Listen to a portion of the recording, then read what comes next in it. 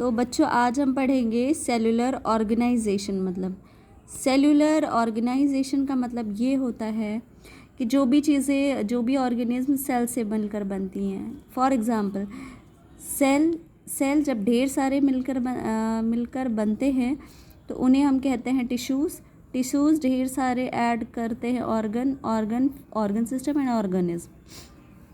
Cell जो होता है structural and functional unit of life होता है। Cell wall first seen by Robert Hooke ने इसको 1665 में देखा था, बट उन्होंने डेड सेल देखा था, वो भी ओक ट्री बाग में। Anton van Leeuwenhoek seen living sales.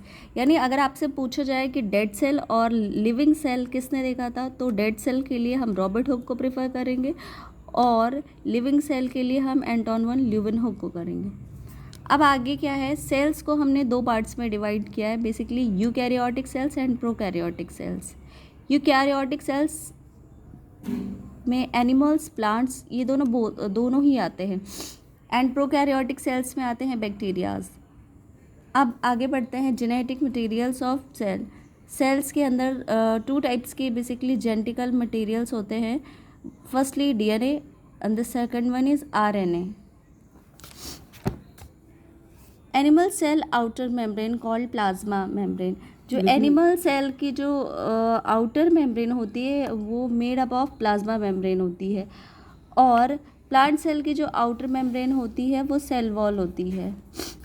अब हम ब्रीफ हिस्ट्री ऑफ सेल के बारे में पढ़ेंगे। इवोल्यूशन ऑफ सेल की जो उत्पत्ति हुई थी या जो ओरिजिन हुआ था वो 3.5 बिलियन ईयर्स एगो हुआ था।